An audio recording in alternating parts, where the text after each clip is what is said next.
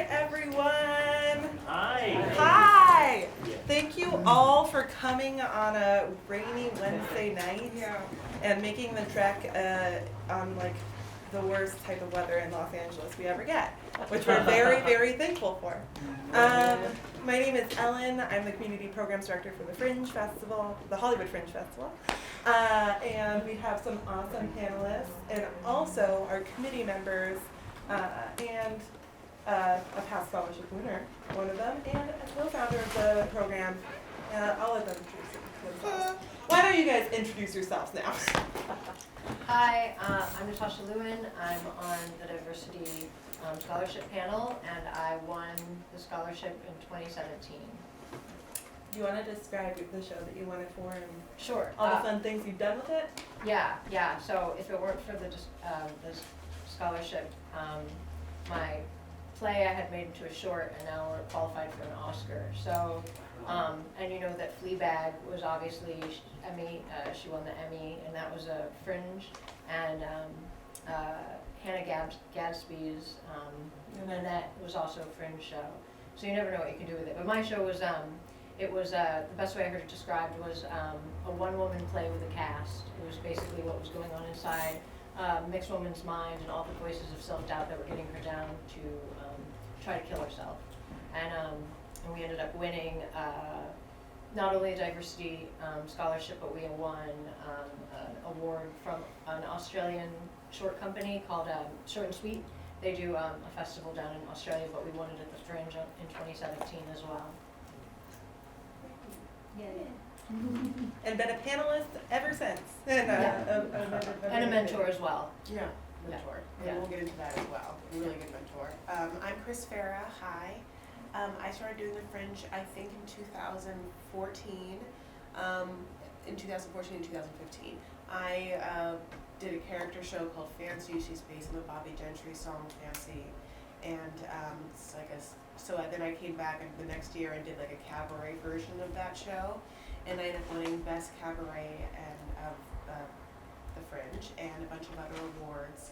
And it was really exciting for me. And I've done her in different cities, and she's kind of like a little cult, campy, I'm a bio queen, if anyone knows that. She's like, oh yay, you're like, now we know, a bio queen, yes, I love you, God bless. She's a bio queen, campy character. You know, I premiered her at the Cavern Club, which is like the best camp theater in town, downstairs exceeded a Campo.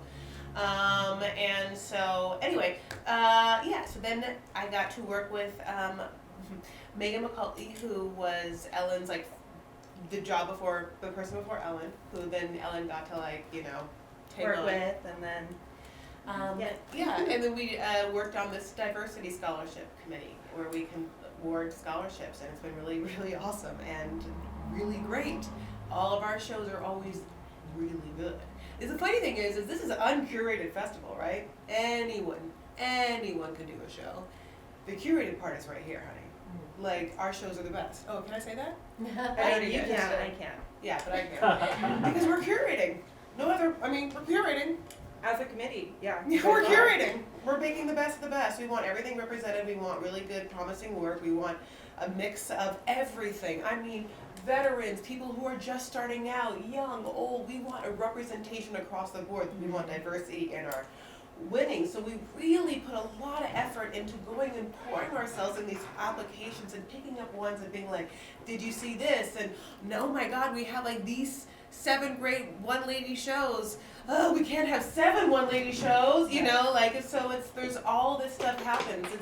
It's the good, so there's the good and the bad of that. Some things are political, not in the sense of I know this person, political in the sense of shit, we have 7 great one-lady shows. Right. And we can't have 7 one-lady shows. I'm just picking up, actually last year I think it was like, we had a lot of one-man shows. It was just like, all these one-man shows are great, we just can't have like 14 of the scholarship winners being one-man shows. Right. So whatever, so it's like, it's an interesting, what you're here for is like an interesting mix of like a curated part of the festival. We're looking for diversity across the board. This is not the answer to the question that I was supposed to be answering. Okay, God bless. So we're very lucky to have some great panelists, committee members, and I kind of just want to speak for a second about how the scholarship works so that as we go through the rest of the framework, you have that idea. So obviously as the Hollywood Fringe, we're non-curated. We do have a committee of 6 to 8 people who are past scholarship winners, past Fringe participants. I think you might be the only one that isn't a past scholarship winner at this point that's on the committee. Also, wasn't there, honey. Wasn't there when I was there. Yeah. I had to bring it. Welcome. Yeah. Also, arts professionals that work in social equity and theater. Yeah, feel free to come up here. Right? Here, I'll scooch my way down. Yeah. But yeah, so actually, do you want to introduce yourself really quick as well? Sure. Hi, I'm Joyce Shockley. I have been a part of the Fringe Festival for the last 2 years. I was a mentor for Fringe and I actually mentored the show that won Best Solo Show last year, Mr. Uniyoshi. Just scholarship winner. Great. Hi. Yeah, so just wanted to do that really quick. So I'm just going through the framework of what the Fringe is, the Fringe Scholarship Program is for you guys. We just came in. So we're non-curated, but we do have this arm of 6 to 8 people who do choose the scholarship shows, which is 10 shows. It started out actually as just 5 shows, free registration. That was our first year in 2016, and then we were thankfully able to expand it in 2017 to be 10 shows, and also a stipend to help cover venue costs, and a Fringe mentor, which somebody like Royce would help that show kind of navigate the Fringe process, because if you're not familiar with Fringe festivals, it's a very different type of animal than a typical theater production, which we'll also get into later. So 2 separate arms, right? So I administratively run this program, meaning I help make sure that all of the applications get to our committee decides, help host the deliberation, and then from then on, am the primary contact for scholarship winners and help them navigate the process.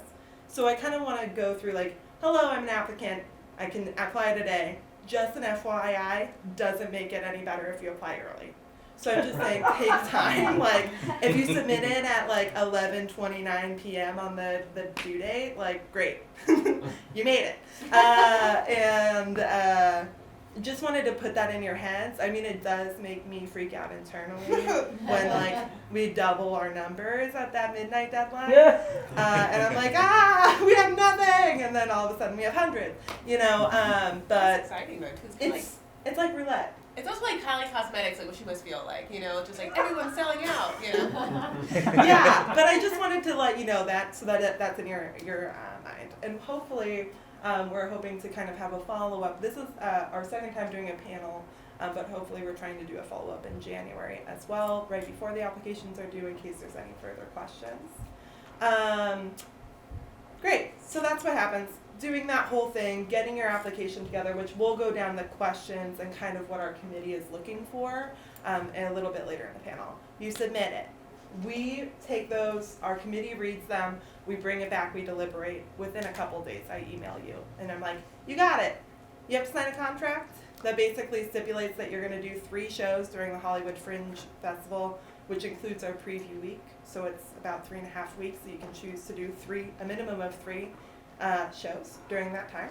And you do get a stipend to help cover the venue costs. It's $550, which helps out with the venue costs, but then you have to think about like stage manager or other additional costs that will come with your venue. And then you will also then within a week or 2 after that be connected with your Fringe mentor. We also have a phone call during that week with all the scholarship winners where I go down like, this is what the timeline is, and this is what needs to happen, which is great and awesome. But guess what? We do a whole series of producers panels in the spring, which even if you don't know about your scholarship status yet, I encourage you to go to our first one in January, which is about venue picking and things like that, because our registration opens February 1st, and we usually don't let you know until about a week before that, sometimes a couple days, depending on just because we want to give you as much time to apply as well. And then you go through this process, you book your venue, you start marketing, you start doing all the things that you would do as a producer, and during the festival you do these 3 shows. You do a Hollywood Fringe Cabaret night where you perform your show. And that's also just a good marketing technique, but it helps us get documentation for grants and for other things that we need for that. And Just a that's slice of the show, not the whole. yeah, it's just 5 minutes. Whatever you 5 want. minutes of your show. Sorry, that was it's a cabaret, so it's 5 minutes of your show. But thank you for clarifying that. And we actually do that throughout the festival, and that's actually a promotional thing that people do during the festival to promote their show. It's free. People can come see it, have a I drink. usually host it. Some Yeah, nights. you host it all the time. Yeah. This year I did because you weren't available. Yeah, no, You're flying. yeah, How could you? I know. Sorry about it. And then the only other thing is that we host a mixer for Hollywood Fringe scholarship winners, mentors, and anybody that's associated with the program, which is also just a great time to get to know each other and kind of develop that relationship further. That's literally it. You'll have a Fringe mentor that you're hooked up with again in February that'll help you through all the rest of that. Cool. So now that we've gone through that, let's talk about what the Hollywood Fringe Scholarship Program is for. And obviously on the Fringe side of it, we founded this to expand and diversify the body of work that was being presented at our festival. Boom. But for our committee members, I'd love to know a little bit deeper about what you're looking for and what excites you about this program. So we get a lot of applications. We break them up into however many there are. So let's say there's 500. We break them up and so they're individually read. What we're looking for is any kind of diversity that's within, obviously, LGBT plus, anything that's mentally or physically challenged or differently abled, anything that is, like Chris said, veteran, race, religion, anything that's just different, it's hard to really put a pin on what different is because everyone's story is different. So for me personally, when I'm looking for something, it's just through a different lens. Everyone has a different story to tell. So you and I could go to the store together and whatever happened at the store is going to be different. So that's diverse within itself, but the diversity that we're really looking for is bringing in new perspectives of that store, going to that store, and how the world that's happening right now is, it relates to that, I guess. There's so much stuff going on in the world. So, I think what I look for, particularly when I'm reading through everything, is it could be a story that we've heard a million times, but what, in your eyes, how is that story differently told? What about your personal perspective makes it different, right? So even if you are that white stand-up male story, your story can be diverse by the way that you tell it. It shouldn't close you to that possibility. That's how I personally look at everything. Chris? And a little bit more very standardized about what the Fringe scholarships are available to.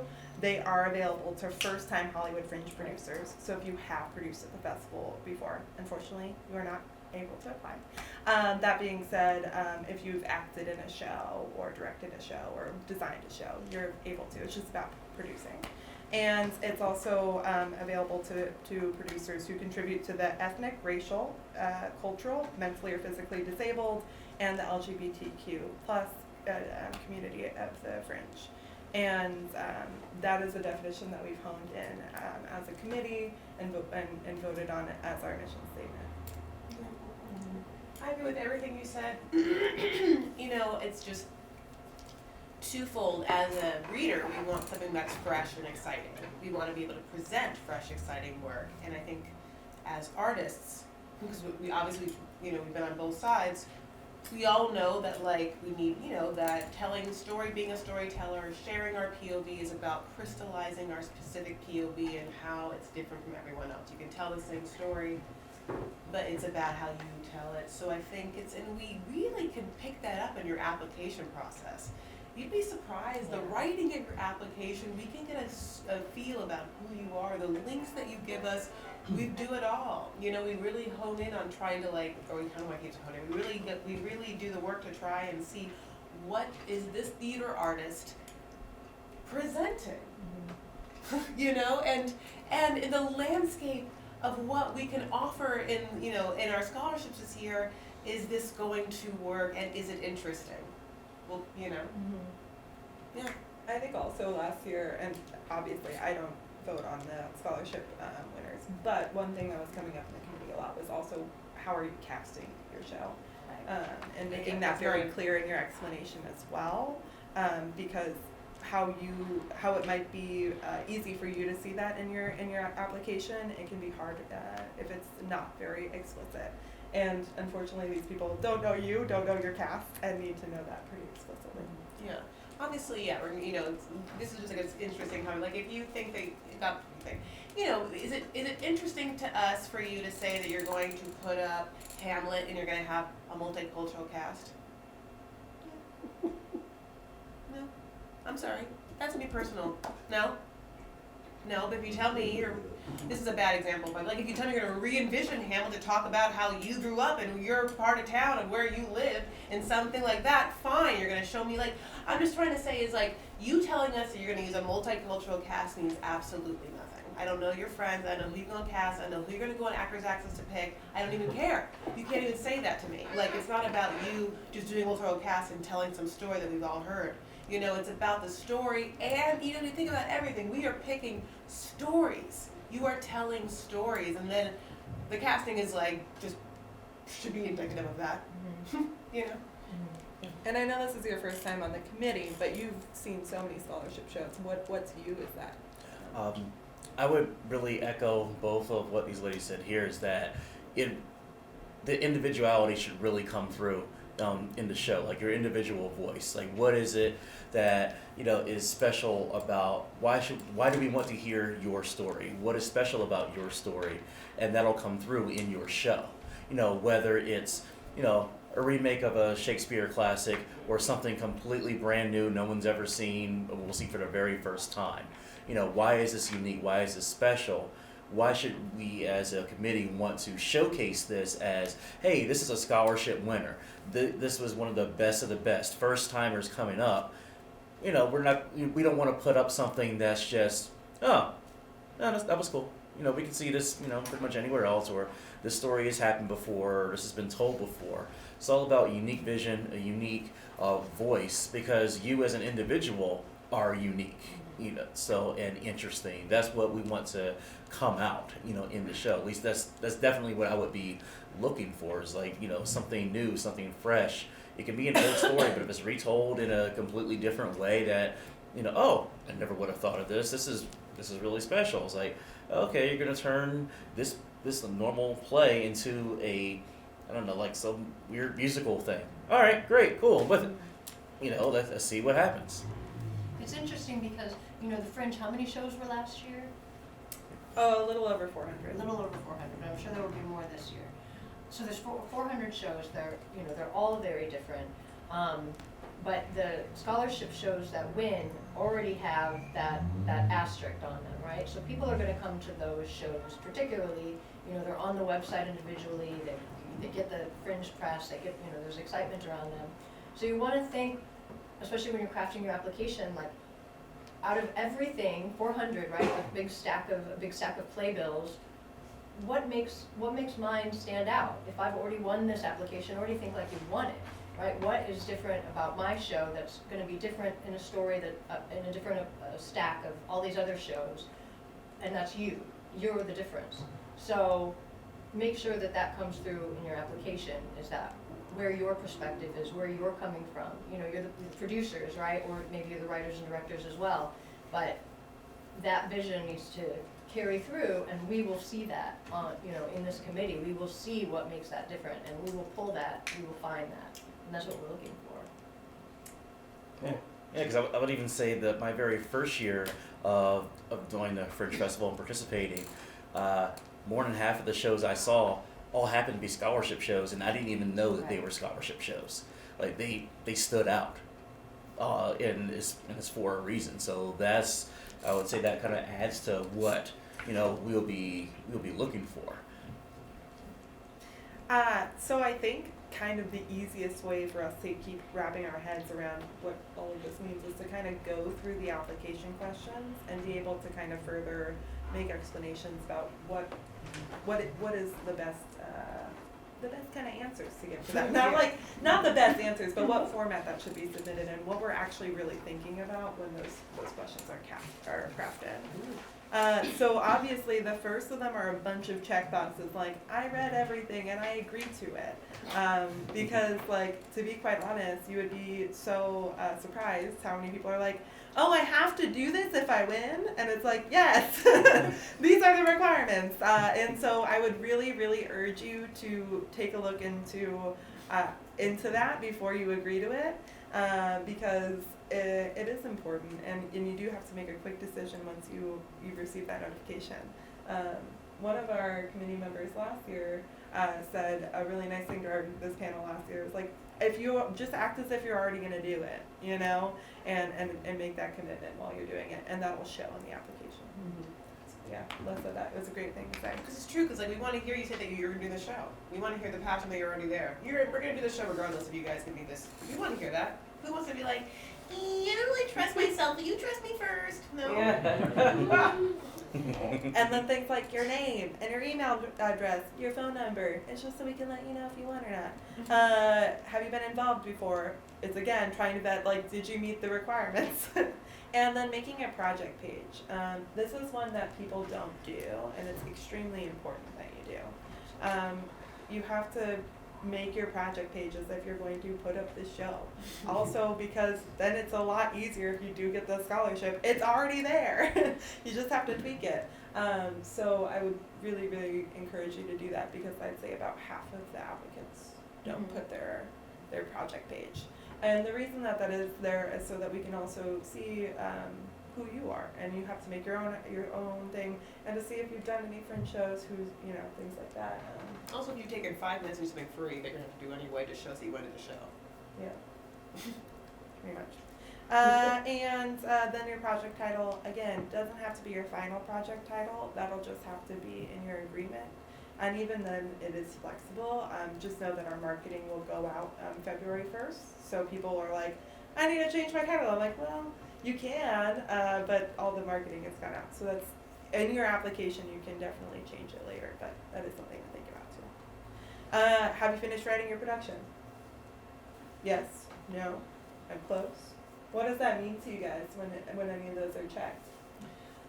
I wasn't done writing mine, and I don't even. I don't think I checked I was going to do the show. Even if I was, it was my first time really doing theater on my own. I just been an audience member, and I had this inside of me. And when I got the email, I was like, let me go for it. Let me just try. And so that doesn't affect me so much as some of the other questions. Yeah. Yeah, I would say it wouldn't affect me, but affect me too much, because sometimes like you have the idea, you have the vision, you already have maybe you have the outline, but you haven't written out everything yet, because you don't know who you're going to cast. Maybe you're determining it with that. So yeah, it's not the biggest thing. I'm going to say I'd like to see that you say either yes or very close to it. I would personally probably, if you checked no, would be like, okay, cool, wait a year. Having said that, most shows do change during the process. Definitely one-person shows. Definitely I can see most shows changing through the rehearsal process of Fringe. So even if your show is written, it's going to go through some transformation. But I definitely don't want to hear just like, nope, haven't even thought about it. I want to see, we've started it. There's a final draft program open, there's a tab open on someone's computer, someone's been writing, some action. I's not done, but God bless, there's some things there. Yeah. And I will also say that you do have to stage the project that you pitched in your application. And that has come up where people are like, oh, well, I pitched this, and now that I've gotten it, I want to do a completely different show. And the answer is no. You were chosen because of your pitch. But that being said, I hope that person can continue to do their show on their own. But yeah, I think that that's also important to know in that, is that, But yeah, you don't have to have it written, like you said. Yeah, I mean, I don't remember if I put no or if I was in the process, but I know that it wasn't written. And I know I wanted the scholarship, but I know I didn't lie, so. You had a great application, so we would have known that already. Cool. So the next is about your categories, which again, it is very personal to you, but it is just information for us. Nobody, like, it's like cabaret, variety, comedy, dance and physical theater, ensemble, solo performance, immersive theater, musicals and operas. It's just information to kind of guide through that. And then there's also obviously fringe categories, which you can choose on your own in registration. But this is more specific to the scholarship program so that your committee kind of knows where you're coming from. Anything about categories? I was thinking, you know, it's interesting because there's always like a zeitgeist that's going on, so, right, like, yeah, South by Southwest was saying, like, you know, this year they're getting a lot of like Me Too films, and last year they got like a bunch of films that were related to police violence, and so there's a zeitgeist that happens where it's a lot of like one person plays, and there's a lot of ensemble pieces, and so you never know, but it's important for us to just have an idea of where your head's at, so we can, when we're reading what you're giving us, we can kind of fill in the blanks with our own imagination. So if you say an ensemble piece and then you go down to one person, it's a little, you know. You should know your category. Yeah, I mean, that's yeah. just a basic. I mean, you don't know the category of the show even? You haven't written it, you know the category? I mean, no, you should know the category. If you don't know the category, wait till next year, because they're going to give against people who know their category. Yeah, Come on. that's a little important. Yeah, it's one thing if it's like, oh, it's a solo show, or would it be like more musical, or would it be more comedy? Okay, you know it's one of Right. these three things. Then pick solo show and But- keep it moving. Yes, you should know what you're doing at this point. Like, even if it's Right. not written, you should at least know what it's going to be. And if you want to have multiple categories, you can just Yeah. explain that in your narrative, Yeah. right? Yeah. I mean, personally, that's Yeah, Yeah. because at least for the committees, what the committee would expect is, okay, tell us what this is going to be. When it goes to like registering it for Fringe, like, okay, I'm going to put it in this category for this. Those are two different things. they're very different ideas, right? One's Yeah. about marketing and other things, and this one is just about Like- pitching your show to Yeah. about the story explicitly. You know, not about selling seats. Provide a description of the artistic production you plan to perform at the 2020 Hollywood Fringe Festival. Good question. Please include any noteworthy visual content. 500 words. Your bread and butter. Yeah. Really, honestly. More like the turkey. Yeah. And it's kind of interesting because you would think bread and butter, like, no, that's not the bread and butter, that's like the turkey. That's like what we're dealing It's like the with. centerpiece. Yeah, that is, well, I don't eat the centerpiece. Well, I just a horrible Thanksgiving metaphor, but that's the most important part of the meal is what we're saying, right? yeah. I think the centerpiece is the No, most it's the important. turkey has the centerpiece. Oh, I see how your family does it. Okay, so, We're not like fancy. oh yeah, no, my centerpiece is like flowers. Cool. So I can't when you decide whatever it was. Yeah, like, you know, this is your show. You have to tell us about your show, and we are listening and we are reading. We're seeing how you use words. We're seeing your vision. We're seeing how well you articulate your vision. We see how well you can put thoughts together. You would be surprised. You can tell a lot. And if we, you know, and it's just like, if you don't have links of your show because you've never done it, that makes sense. So you send us a link of like the snippet from your favorite, like, You have it yourself there. okay, cool, great. What was the part where you said send links? Oh, visual content. And noteworthy visual content doesn't mean like send links. Like to if you're using a content. projector. But it's more like, yeah, or like, Oh, the technical aspects? no, it's also just like the noteworthy visual content was like where people would be like, I am describing this movement part of my piece. Okay, Like yeah. if it's a movement based piece, like what does that look like? Like I'm making a flag with Inspirations. bodies, and then it, you know, like things like. It could be inspiration. This is the inspiration part, right? Yeah, Or no one- no, this is your production of Okay, I don't what apply it mine. is. Okay. Anyway, but I think the most important is that you talk about your show, and we can garner a lot from that. I've got someone else take a lead. Provide a description of the artistic production you plan to perform at the 2020 festival. Yeah. Include any noteworthy visual content. Yeah, I guess like I would kind of see that as okay, what's your inspiration? Like, okay, think Hamilton mixed with, I don't know, something. And like, okay, yeah, this is going to have vibrant colors. It's going to have video. Going to have, I want to, have like kind of like a basic, simple stage, and kind of like what is this going to make you feel like? Kind of that's kind of how I would take Yeah. that. It's 500 words too, so that's not really a lot. 300 words is usually about 3 paragraphs. So 500 words is, like half a page.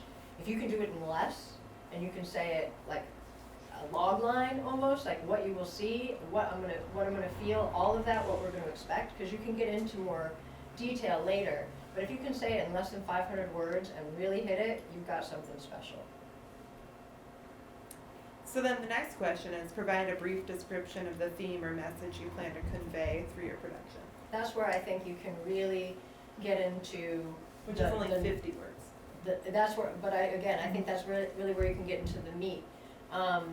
You can say, this is what the story is in the first one, I feel, and then in the second one you can really say this is what the theme is, and that's what's going to make it diverse. Your theme, what you're trying to say, what is your product about, is where you can really express yourself. But yeah, there's 500 words in the first one, but if you can cut that down, because we do go through a lot of them, and some people will just say the same thing over and over in different words, and they're not telling us anything new information.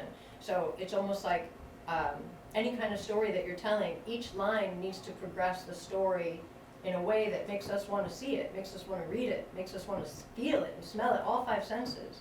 So if you can do that in that first 500 words with not a lot of words, and then go into your theme, you're cooking. I'm gonna say, like, with the theme, the second part, it's like, this is so the first question is what you're gonna see. Second question is why you're gonna see it, to me. Why you're gonna see it. Why am I the person? Why do you need to see it? Right. What's significant about it now, right now? I hate to say it's be so Hollywood, but if like the Hollywood, like, if you were like talking about pitching, it's like the first thing is like your log line, right? Right. Like, this is what you're gonna see. And the second question would be like, why am I the person to make the show? Or like, Right. why is it important that you see a show about a bunch of Arab people, like, or if I'm Arab, so like a bunch of Arab family in Dearborn, Michigan, like, why do you see that, because right now, though, you could say whatever I want to say, but it's like, that's what we need to see, like, what and why, and, make them both passionate. Yeah, it was like that's for me. That will be this is going to for me that section will be like saying, okay, is this going to make me want to see this or not? Like, because they're with the theme, like, and be specific. You can't just say like, oh well, my story, this is going to be about diversity. Yes, so are all the other scholarship applications. So get just right down to it. Don't be vague. You only have 50 words. Now's not the time to be coy or shy about it. Say, this is the message I want to get across. This is what drove me to want to write this story. This is my why. This is what's pushing me. That's what we want to see. That's what's going to make us have us believe in your vision too. That's the section in which you put that. And then the next one is, please describe how your project's content and cast may contribute to the ethnic, cultural, racial, mentally or physically disabled, or LGBTQ+ diversity of the Fringe community. 500 to 800 words. Feels like this is pretty, It's pretty self-explanatory, Yeah. I think. why are you applying? Yeah. Like, Right. And I think last year people forgot, there was a big problem with people forgetting to answer casting in this. Casting. It was like, let me hit the first half. I'm going to forget the second half of that question. Right. Which I think, isn't the ultimate, wasn't, from what I witnessed watching these people make this decision, wasn't the ultimate decision maker, but it was like, it's unclear. Mm-hmm. And it did make it, yeah. unclear who was going to be portraying these stories.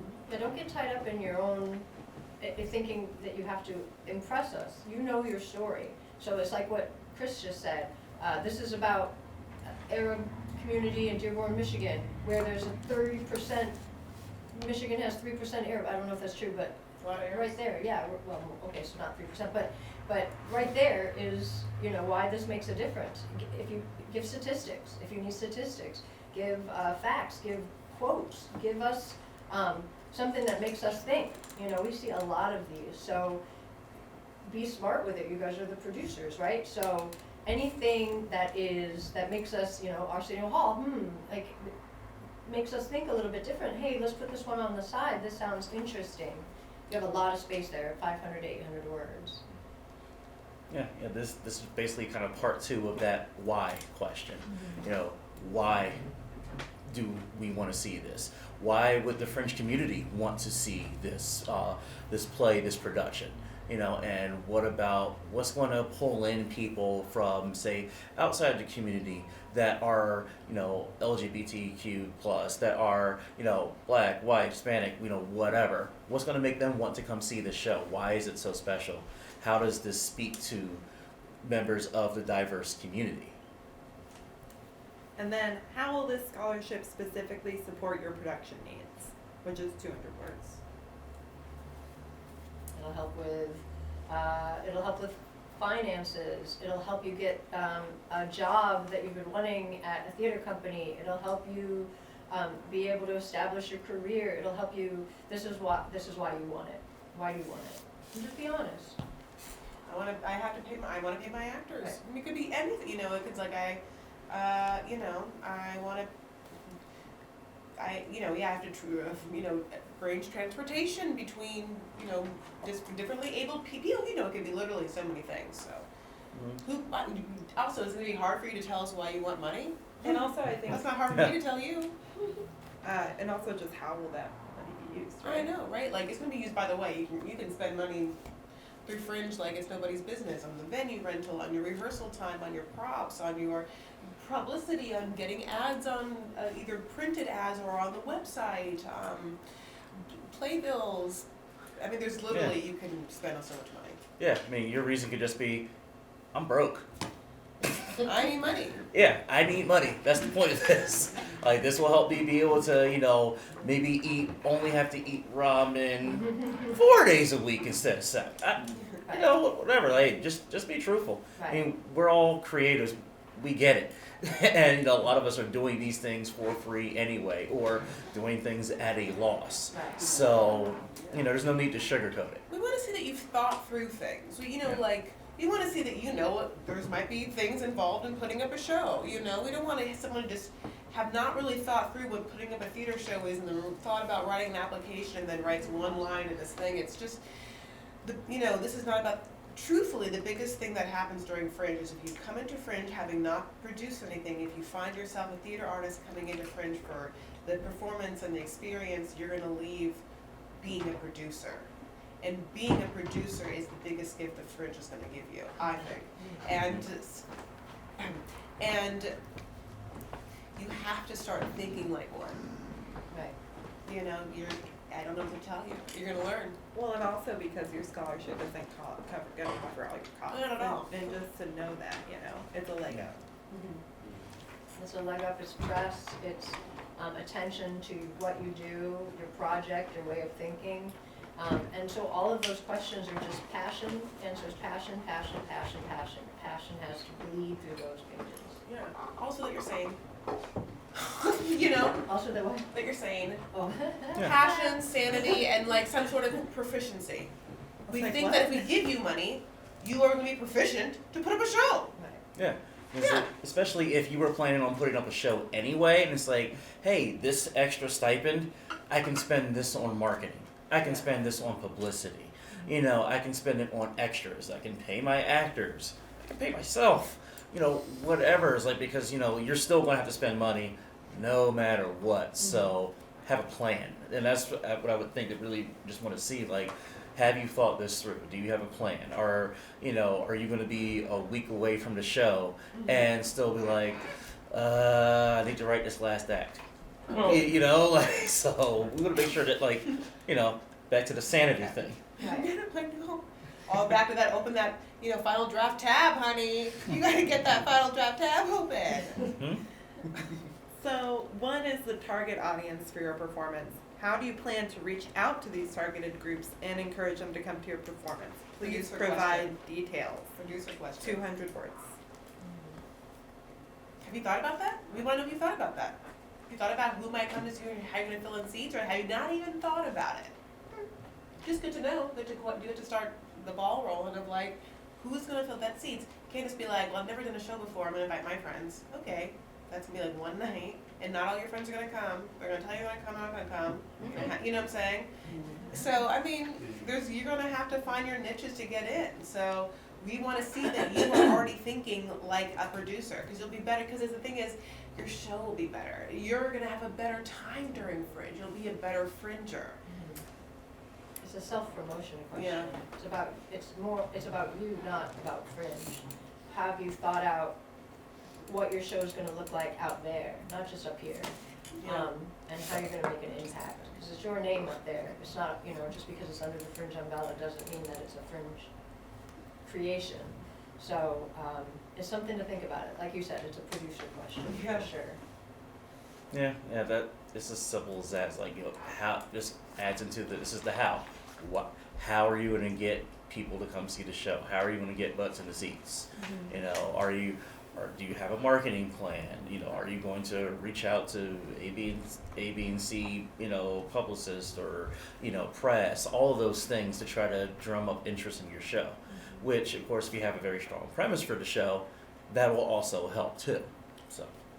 And the panels, not just like this one, but there's like a marketing panel, there's a how to do your first time Fringe. All of those panels will help you answer those questions too for when you do fill out the application. I think the more you know, obviously the more you grow, but the more that you kind of seep it in, you become a sponge to what you can do, and it excites you, then you will have an answer to those questions. Which, by the way, is happening today. All of our panels are recorded and posted online for posterity. And please feel free to look back on past years if you're like, I don't really know that aspect of it, or I have questions. They're online. One panelist one time was like, I put it on while I'm meal prepping in the background, and it's great. And I was like, that's cool. I was at every single panel when I won, and we were sold out every show. Yeah.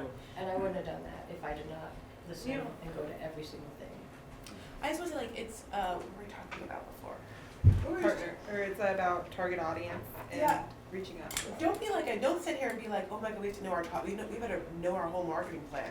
When this application could be like, what comes first, the chicken or the egg? So if you sit down with this one question we're giving you for a night, and you start thinking of ideas, great. Then you can go, then you've already thought of your marketing plan, then you can be like, oh, this application is actually a weird textbook on how to think about starting Fringe. It's like things are connected in such a way. We're trying to make this get your mind rolling like that. So don't sit here and think, well, you better be a marketing genius if you think you're going to apply. We're not even saying that.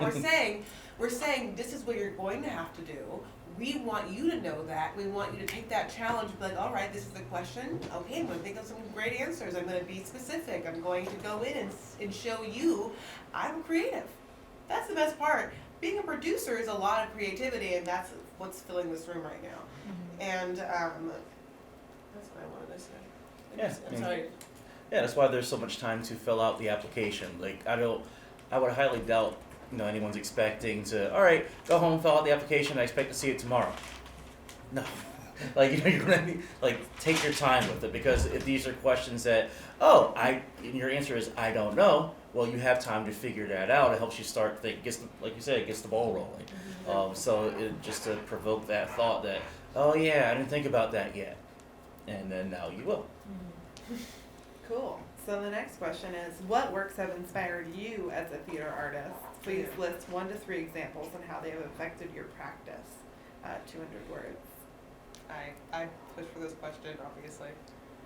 I love this question a lot. Yeah, this is not a producer question. This is my theater artist question. Who are you? Who are you? This is just a theater artist question. Why are you here? Who inspires you? Doesn't have to be what your show's about or whatever, but who speaks to you? Why, and what inspires you? So that if I don't know you, I can maybe have a sense of your taste, your sense of your ear, yeah.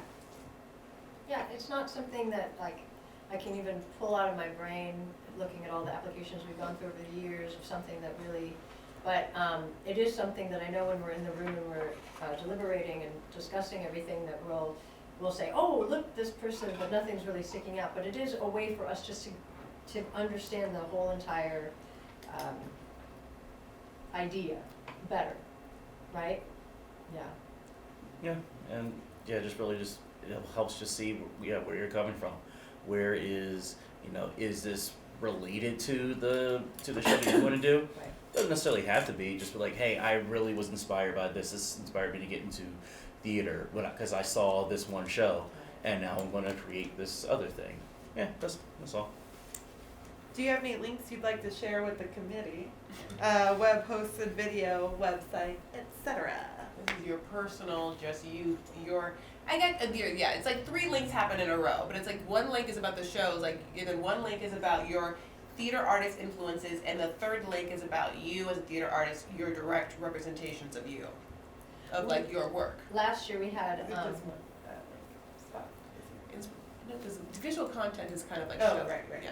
last year, right, this is about you, right? Mm-hmm. Yeah, so last year we had somebody put in their links, and we ended up not going with them. So make sure, do you remember that? Do not, yeah, so make sure you put in your best self. Do not put in something that you would Put not. your style and your taste Or level. don't put in anything. I don't even know if I No, put put in anything. stuff. Oh, really? Did I Is put that- something? Yeah, obviously. Listen, you have to put it in. Well, You put in know. your best stuff. Put in stuff that represents what you're trying to say, what you're trying to do, and I want to know what I'm gonna get myself into. what? I want to know what I'm gonna get myself into. Yeah, we definitely look at those links. We look at those links together. Yeah. One thing I'll say before I ask you to give your ideas on this is a lot of people ask if they can do like a PDF or something like that. You can make a PDF into a website online for free. So please do that, and then you can put the link in there. So if you are like, I don't have a website that I want to link to, I want to send a PDF or like a resume or something. If you want something like that to be attached, put it in a web link. Maybe like a Google Drive that you can make public. And if you need any help doing that, please let us know. Like say like to be like, hello, I am confused on this, and then we'll be like, yeah, or a tech savvy friend. Yeah, and I would say not just like, just like any link. This is obviously about yourself. Don't just send like, oh hey, there's this new version of this meme. The one with the lady yelling at the cat sitting at the dinner table. Yeah, that's not quite what this question means. Yeah, I would say really just kind of adding more to like inspiration. Like this is what my show feels like. Like something like that. I would feel would be like, oh okay, it's kind of like this. The show, or like the feeling that you get from watching this, like it's just utter joy. Like, oh, okay, like that makes the whole picture a little bit clearer. Like it ties into everything else that's already come in on the application. Mm-hmm. Cool. So then the last question, well, there's 2 more after this, but they're not long form.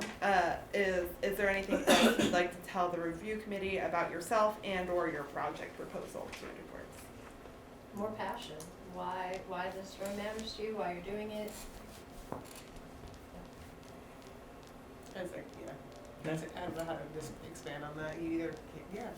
Or if something that you have, I know that sometimes in the past it's been like about things that didn't fit into the other questions, more information that was helpful that didn't fit under the other categories. Yeah. Yeah.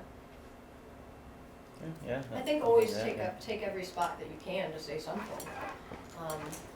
No matter what that is. And then, will you still produce your show at the Fringe in 2020 if you don't receive the scholarship? Yes, no, but I also attend and support other shows. Or no, I will attempt to work on another, no, but I will attempt to work on another production as an actor, writer, producer. Just information. If you're just like, nope, not gonna even see any shows. I mean, this was like an interesting, like I would love to know that you're the type of person that can just say that. We've had those. Yeah, it's like all or nothing. Well, I mean, what? I just want to know. I just want to know that person the audacity to be like, To be fair, they might not be. Sure. They might not be in California. Can you write that in the notes? Remember that part where we were like getting together, just be like, we would love to be there, but we live in a different state. Give us the money. If not, we're doing the show in our state. Okay? God bless. That's all. That's my point. It's that Yeah. you're putting up the show. You know. Yeah, makes sense. You know, could be just a nope. Screw you guys. I'm going home. Nope. That's it. No, we want to say you can do the show. So you know, it's Hollywood Fringe gives you the best opportunity to put up your own show. Because you're going to have not only the wealth of you who live in this beautiful city, your hometown full of your friends, the Fringe Committee, which you are going to gain access to, as well as all the marketing things. So if you think you can't put up your show without a scholarship, then I would consider finding a way to put up your show regardless of the scholarship now, because it's like you have to produce your own work. Truthfully, that's what happens now. 2000, almost 20. Having said that, Fringe is a great opportunity to do that. I know it's expensive. That's why we're giving you the scholarship. But the truth is, if you want to put up work, if you're not here, you should do it if you get the scholarship or not. Period. The end. And I'm sorry if I don't really respect you if you feel like you can't do it without one measly scholarship. There's GoFundMe's. There's a lot of things, guys. How many GoFundMe's do you give on Facebook? I will give a shit ton. I will stick up for the people who are, well, because there is a lot of fear that goes into being a first-time producer, right? I'm not a theater person. I'm a theater audience member. I'm a great theater audience member. I'm fantastic. I'm there. But it was my first time. I was really scared. I was putting out something I was coming out of the closet about a lot of things, and it's really scary. And so that was kind of like God falling on my lap and saying, okay, now go, tell it, you know? So don't feel bad if you do want to say no. You know, it's okay. Say no and we'll go see other shows though, but my Yeah, whole you should go point, see those, yeah. there is no need for you to be like, no, you go and see other shows. When you give that answer, you don't say that answer like polite. It's like I'm not watching nothing. I know, that's impolite, that's what it is. Jesus. Do you have any deep feelings about this, Royce? Not deeper than what you have. It's like I knocked the chair. I'm just like I'm out. if it's like no, but I'll see shows like or no, I'm going to work on my idea harder to get it ready for next year. If it's one of those kind of no's, sure. No, I'm in Europe, so that this scholarship money will pay for my plane ticket. I don't know, like something like that. But if it's just like whatever, nope.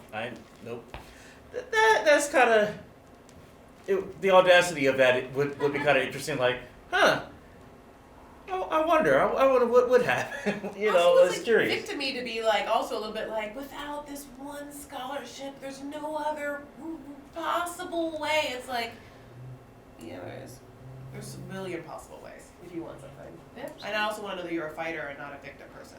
Yeah, because you can still put up your show at Fringe.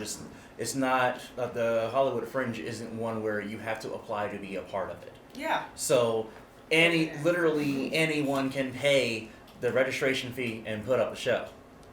Open access festival. Basically, if you're worried about saying no, just write a killer application where you won't even have to worry about that no. Yeah.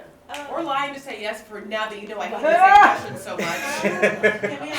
Can we also touch base on what it means to be an honorable mention versus a scholarship winner? Yeah. So last year we started to also have 3 honorable mentions who are in addition to our scholarship winners. And that's kind of for a couple of reasons.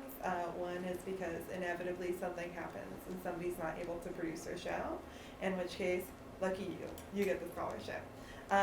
Also, you're still included in all of our press releases, so if you're still going to do your show, you're still included in all the press releases and all of the marketing, and you're still a viable part of that part of the scholarship. I believe we also are thinking of extending the cabaret invite to the honorable mentions. That's awesome. Yeah, so things like that. So just an FYI. Also, if you get an honorable mention, there's like more than half likely you might just become a scholarship winner, which is, I mean, It happened. It happens. It happened every year. Every year. Every year it's happened at least once. One time, all 3 people that we have on the back burner ended up getting the scholarship winner.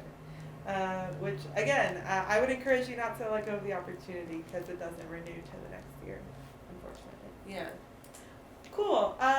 Obviously, the last question is just like, where did you hear about this? Please let us know so that we can properly market this program. It's a really important program to us, and we want to know how effective or ineffective our marketing is on it. Cool. I kind of want to ask about some like basic tips and tricks of applying. Like, I know that you have this great tip of doing a Word doc. Oh, right, Yeah. And how does that work? So, as opposed to just filling in the blanks, you know, and then you count your, the counter will tell you how many words you are. There is no counter on it, by the way. Oh, You it have was to just do that saying. yourself. Oh my god. It's So- Google Doc. Yeah, it's like Google, We you know. really do make it work. Right, so I would always have to do mine in a Word doc first, and like anything, just edit it, and really come back to it, sleep on it, marinate on it, think about it, and cut out what I could, you know, just really get to the gist of it. And then I would take all of my Word doc, I'd write everything out in the Word doc first, and then I would, when I was finally satisfied with it, then I would plug it in. And as a person that writes grants, it's also great because there's spell check there. Right. It's going to help you with your grammar checks. It's going to help you make sure that things are also in the right place, which Right. Google will not do for you. Yeah. And you'll have your word count too. Yeah. So you'll know if this is way too long. I need to edit some things. And yeah, there's a bunch of misspellings. Like that will be kind of. But it's happened, misspellings happen. True. So, You're so sweet. well, I just have to say, like, the most important thing is the story and who you are, you know? You say yes, you say no, you do this, you do that, I wanna read your story, what am I gonna go see? So Yes. for me, you know, that's what I want. Yes. It's just there's a diversity we bring. We do want people that are like, oh, this person looks like maybe we don't know that much about producing yet, but like we're gonna give them this chance. But then sometimes it's like, you know, when you're filling out a Google Doc, some people have a tendency to just like fragment sentences, no capitalization, not any sort of grammar. But you have to remember we're reading these. Yeah. So we have like, you know, and then we listen, we're gonna give you money. Yeah, We're gonna hand money to you in a figurative way. And so sometimes, you know, it's just nice to give money to people that like look like they can put a sentence together. Because like if you know, hopefully putting a sentence together will also help you put up a show, you know, it's easier to put up a show when you can do so. I mean, you know, Yeah, you're taking it seriously, basically. yeah. It's like, you know, these are like, I hate to say this, but it's like weird producer, now I'm realizing all the weird producer like tricks we put in there, like, can they give us a full sentence? You know, like, can they, you know, like, figure out their category? You know, like, yeah, you better, come on. You have competition. At the end of the day, know this. Have good spelling and because in grammar, because there's competition. I'm not just also saying this, like, this is good for me, like, when I'm writing emails and stuff, like, people like to read a good Right. email. Do you have anything to add to that? Another thing I would like to let you know is that we do have a rubric that we use, and just to kind of give you those categories so you can have them in mind while you're doing your application. The rubric categories are the introduction to the Fringe. So basically your qualifications as a first-time producer. Are you this or no? The readiness of the application. Which is also saying, like, a 0 is I strongly feel this application was not ready to submit, and the 4 is I strongly feel that this application was ready to submit. Yeah. Some people be like, oh, that needs like 2 years. They need another year. They don't have enough figured out. And they don't even feel confident when they're like, they need to crystallize what they want to do. But you could read it. Yeah. And another is the readiness of the material. So it's about the application and how you submit the information, and also about the material. And obviously they're weighted differently. And also weighted differently between committee members. We don't weight that, you know, so. So if we give you 800 words and you for like, hey, why would people want to see this and this, that, and the other, and you just put, it's going to be lit. And that's it? Sure, but. it's happened. You never see anything like this. Right. It's like, and I won't. Diverse representation in the writing, slash, what is it? It's about the production and what the theme is, all of what your play is. And also in casting, diverse representation of casting. And then the last one is audience reach. And obviously per committee member, all of these categories are weighted a little bit differently. They're also kind of the questions that are asked in the application. But just an FYI, there is a rubric put together with that. So say adding one diverse person to a cast does Yeah. not make it a diverse Yeah. cast. No. Or beyond, well, just like you being like, well, our cast has a couple of different looking people. Like, okay, cool.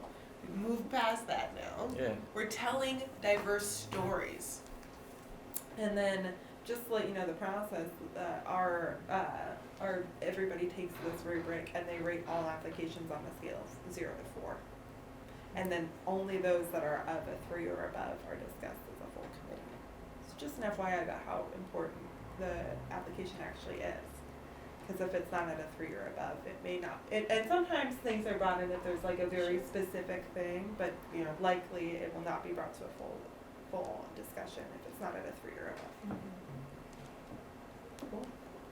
Any more tips and tricks that you like? I kind of want to hear like the one sentence of like what is like a yikes and what is like a yay in an application when you see one. I mean, I specifically remember getting applications, like I said, that they took the full 800 words and I didn't learn anything. I couldn't take anything away from it. I still didn't know what it was about, and if anything, it confounded. It was a big cluster I couldn't understand. So, choose your words wisely. Brevity is the soul of wit, right? And then for the tricks that work, or a tip that works, that really stands out. I mean, I'm personally, I really like personal experiences. So I want to know how you got brought onto the project, where, why you're the one to tell it, and that experience, more so than just, I grew up X and went to Y. I want to hear, way back, like, what really drew you to theater to tell this? Why not film? Why not, we're in Hollywood, like you said. Why theater particularly? It's really just a one giant one shot. And why you have such passion about it. And that really speaks to me. I remember like last year we got some sort of application that was like a white woman telling stories of like, oh man, she was like a German woman who like was telling stories and like, so she I can't remember the whole thing, okay, but let's tell us this. The diversity comes in the storytelling aspect. We want it to be authentic POV storytelling, giving us a diverse point of view, and that's what we're seeing. We don't want someone to tell your story. We don't want you to tell someone else's story. If you're not for this scholarship, God bless you, you will have so much other success. But we are looking for something specific. We want authentic storytelling. So it's like, so what yikes is to me is an application where I'm like, that's not what this is. Right. Like it's a lot of like, does this person understand what we're looking for? And I don't mean to see like,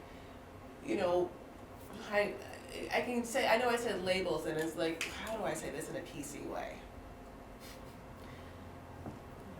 I don't. I just, you listen to the art, you can't, like, you can't be, you can't be just like a normal, like, white American being like, I talked to my friends, that, like, went to a predominantly Asian school, UCI, and these are their stories. I've written them all down. And and this is diverse, like, no, that's your thing, or whatever, that's not them, or like, it's like, I am bringing this down to a really base level because I can't remember the exact process, but there was an application that was someone like this. So that's a yikes, and I would say no. A yay is a crystallization of a specific fresh story. So now I'm going to use like something like I'm Arab. So I'm not going to be like, something that is interesting is like an Arab girl's quest to find love. I feel like that'd be boring. We're all like, okay, boring. An Arab girl's quest to find love in the modern age. Okay, well, like Arabs being what, like culturally, like traditional, like that's kind of boring. Lebanese Christian girl coming over her Byzantine Catholic roots to, and transcend, the fact that she's still a virgin. I'm not a virgin, but like, whatever age, 28. You're getting to something. Then you're like, oh shit, you're just getting to something that's more interesting. So even if you think your ethnicity is diverse, right. You're not. because we're going to get a bunch of your ethnicity for this scholarship. Even if you think your creed, your LGBT, or your sexuality status, I don't care what you think your diversity is. You're beautiful. You're all here. We're all diverse in some way. It's not just that you're diverse. We want something that is even. Yeah, we want the specific lens of your diversity. God bless brings you here, and I'm happy you're applying. But what is the story you're telling, and is it fresh and interesting that we want to put on a stage? Right. It has to be a crystallized, specific POV as we want to hear. We want to see your theater artistry, and we want you to tell your story. Yeah, I would say, just to piggyback off of both of those answers, it's just don't be generic. Yeah, that's an easy way of saying it. That's the, yeah, like, okay, so yes, or I would say, yeah, again, trying to find the most PC way to say it, It's really but there was a Fringe where there were literally 15 different plays all about Me Too and someone's experience. While each of those plays, yes, each of those stories is important. Each of those stories, deserves to be told. But what's different about your story? About a story that, with that, taking that subject, unfortunately, you hear a lot, which wish you didn't, wish that didn't happen. But that doesn't make it any less important. But just know that there could also be 10 others like this. There could be 10 different people applying about police brutality. There could be 15 people applying about about another subject that that I guess like the zeitgeist is well aware of. What makes it unique? What's a different way of telling it that we may not have already seen or heard? So it's just finding something unique. I wouldn't take the Hollywood way. Oh, well, this is a reboot. Mm-hmm. We already know this works, or we already know we've seen this story before. It's like, okay, yeah, sure, but we want to avoid that. We want the point of every year being something new, something fresh, something like, oh wow, I haven't seen this before, or this is a really unique take on it. That's what I mean by don't be generic. Even though the subject may not be generic, but if the way you're telling it, if the actual the meat of the story is I've heard this before, I've seen this before, give me something different. Yeah. The yay will be if you can tell me in very clear, concise words, whether you use 200 words or 800, I know what the story is, I know who's telling it, I know who it's for. Okay, cool, I got it, I'm in, I'm interested, I want to see this put up. That's what would be the yay for me, or something like, oh wow, this is so out of left field, so unique. I want to advocate for this one to be given a chance. If maybe it's not as strong, say hey, there are a couple of 2s, and then there are a couple of 4s, where it's kind of in the borderline. Is it something where it's hey, I really want to see this get told? Add another producer that can help you with this. It's there's a story in there that needs to get out. One of those things, so that don't feel oh, my story has to be perfect. I've got to get all 4s. No, we want it to be unique, and we want it to be you. So whether that, that story hey, might need a little help, that's also what we're here for. That's also why you would have a mentor to help you with those things. It's why, the Fringe community itself is a huge resource. There's so many people that will be more than happy to answer questions, because, we've all been here. We've done this. We get it. It cannot, you're not alone in putting up your show. So those are those things I'm looking for, that drive, that passion. That would be the yay. Mm-hmm. And just off of that, is, don't be afraid to be different, to have a different, we keep saying the lens and the passion, but your story, it's different. Fringe is different, right? The unofficial motto of Fringe is don't be a dick, right? So don't be a dick, but challenge yourself, challenge your story, and that will really bleed through. We'll really, get that. Like Chris said, I don't remember what she said now, but it was something that you said, but I think they were struggling with PC, right? How do you say this not PC? How do you not say this PC? It's okay to have different ideas that aren't PC and tell them theatrically and beautifully, and find that, and that will that stuff rises.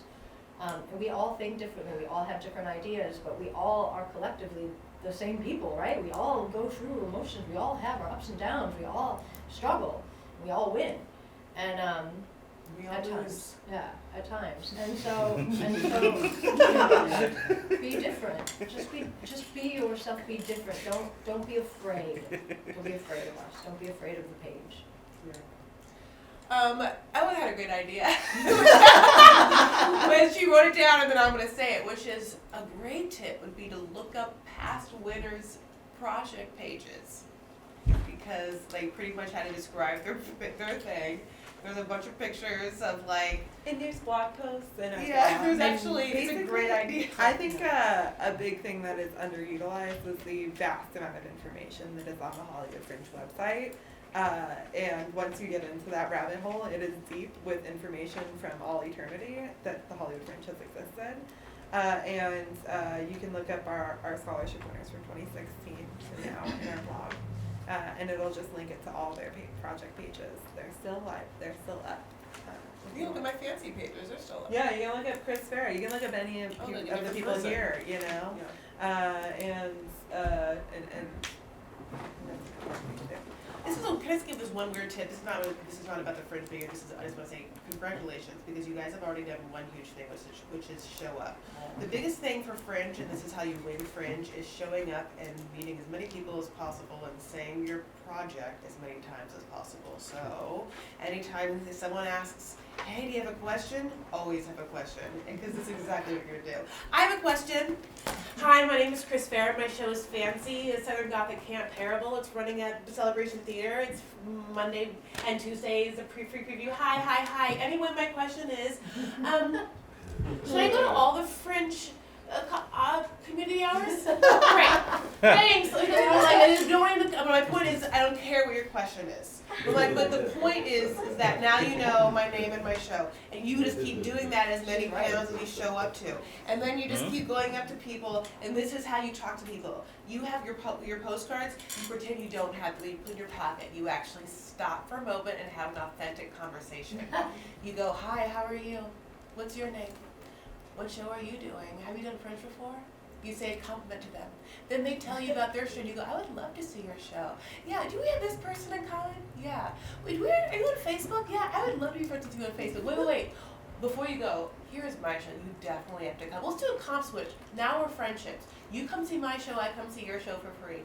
Okay, awesome. You know, if you want to, we can also put our postcards into our programs. Anyway, here you go. That's how you do a conversation. The anti-way is just, here's my postcard, because I'm never going to take your postcard. I actually hate postcards. I think it's like killing trees.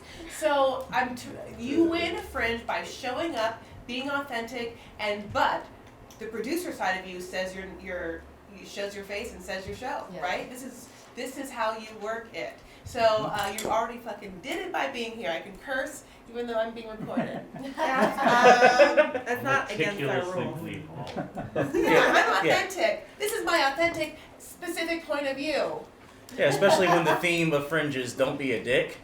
Yeah. So, Technically, it's don't be a jerk. They're interchangeable. You know. But just technically speaking, but I love that we're jumping into into the marketing portion of Fringe, which I think is actually pretty important.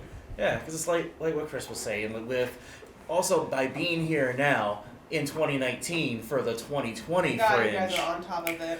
you were worlds ahead of what 95% of everyone else is going to put up a show next year.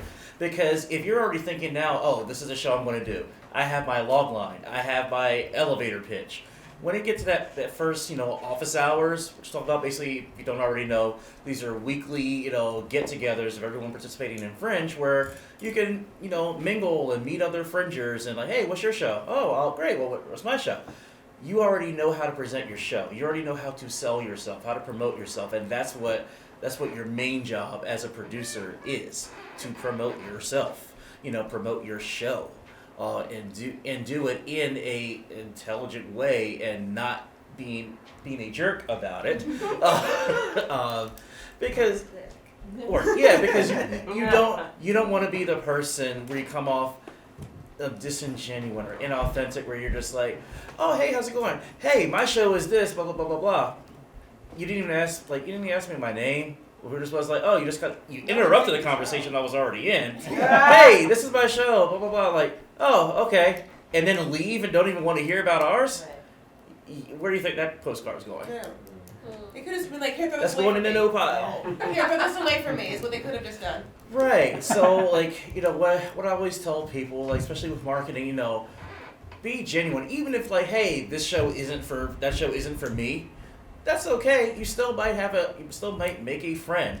God knows how many friends and resources that I've made just in the 2 years that I've been doing Fringe. You know, there are people that I bet like, oh yeah, I'm gonna be friends with them forever, or we've worked together on other things because of that, you know, or gotten connections to other things. So because you never know who you may meet, and you know, give yourself that opportunity. Like, everyone's there for the same purpose. It's not just about promoting your show.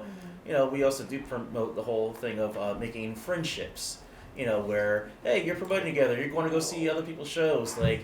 And also know that like the awards that happen every year, you know how you get nominated for those awards? It's from your peers. Right. Other people, other participants in Fringe, as well as other people that have gone to see shows. What I really love about this is that you guys totally set up what I was about to do, which is making a couple of announcements and then asking for questions, which Chris just told you how to do.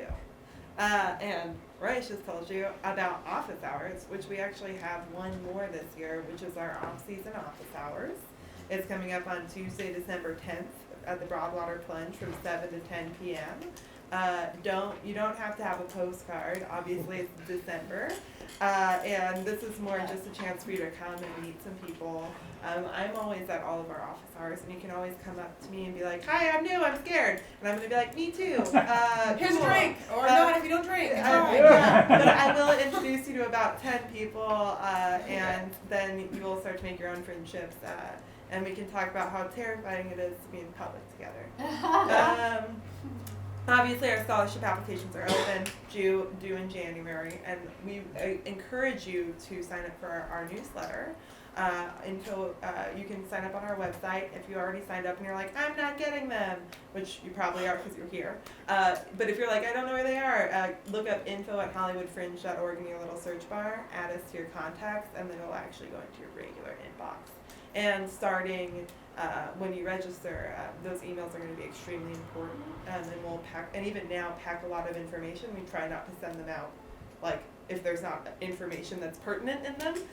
So just let you know, we're not going to flood your inbox unless we're like, this is something you need to know if you're a producer, or at this point just a participant that is on all.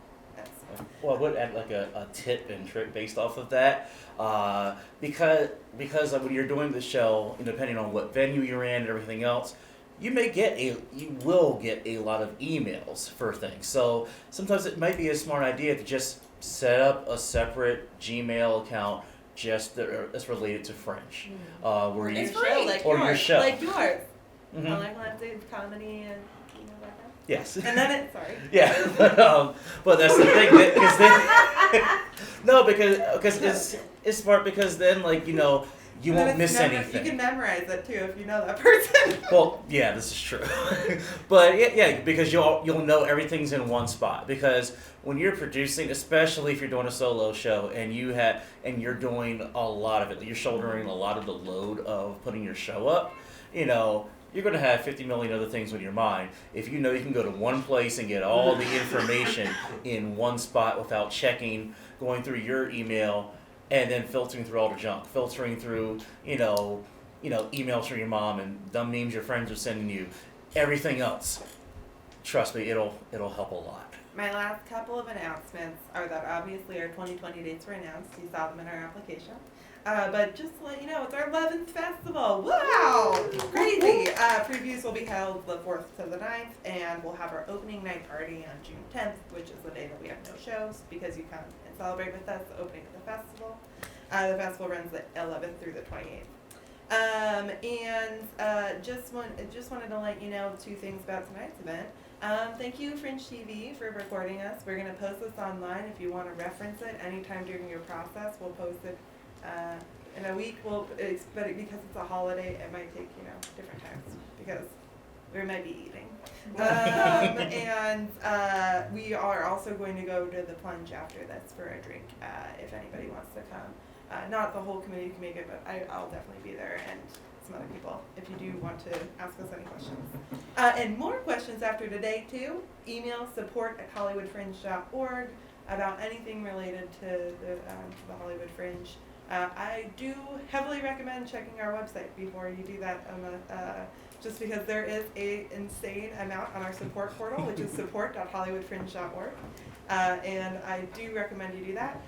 But our support at hollywoodfringe.org, Master Wiz is amazing and will answer you very swiftly. Thank you to the complex for hosting us, obviously, and to our Fringe staffers that are there, Dave and Alex in the back. Thank you guys for being there. Yay! Woo! Question? Or do you have something? I don't know if okay, I got you. Okay, I'm gonna pick you. But I don't know if I'm surprised I cannot go to the Broadwater tonight. So if you have any questions, anything I said, or you want like advice or me to elaborate, you can tweet me at Chris L. Farah, CHRIS, L as in luxury, and Farah, FARAH. So I will get back to you. That sounds good. Okay. Yes. Yes, hello, hi, I'm Bonnie. My show is called A Terrible Show for Terrible People, physical comedy. I say 2 words in 45 minutes. Perfect. It's perfect. That's perfect.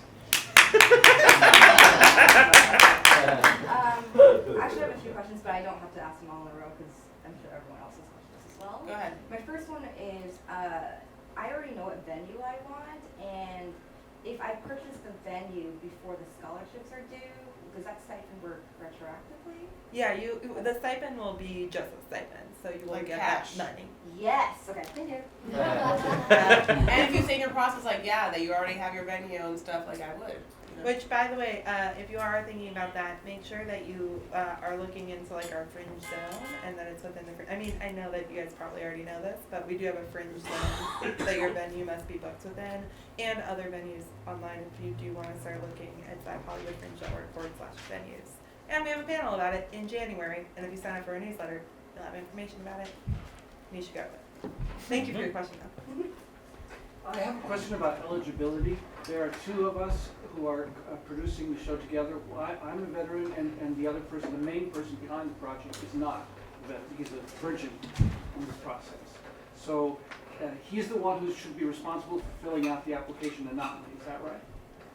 I mean, to be honest, it is up to the committee on that one, but it has been like looked on like project pages. Definitely he has to, yes, definitely he has to be the one that applies, because you can, I mean, yes, that's first and foremost.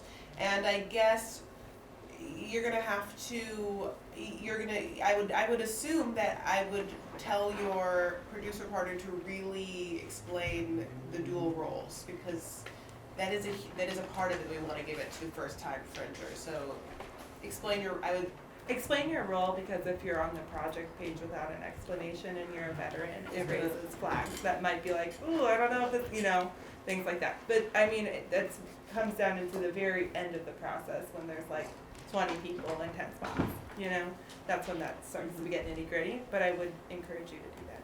Yes. You want to ask? Yeah, please go ahead. Okay, I'm going to take after you because you've inspired me. My name's Eric Feltus. I have a pilot called On Site where I'm a gay Michael Scott version of a property manager, because I'm a real property manager in real life, and I'm also gay in real life, but I'm not Michael Scott in real life, just on paper. So my question is, can you briefly describe the role of the mentor and how that's effective? I would love for our mentor to answer that. Yeah, so I would say the main role is like to be the sounding board, for whenever you have questions. The person where it's like, oh my God, everyone's falling apart.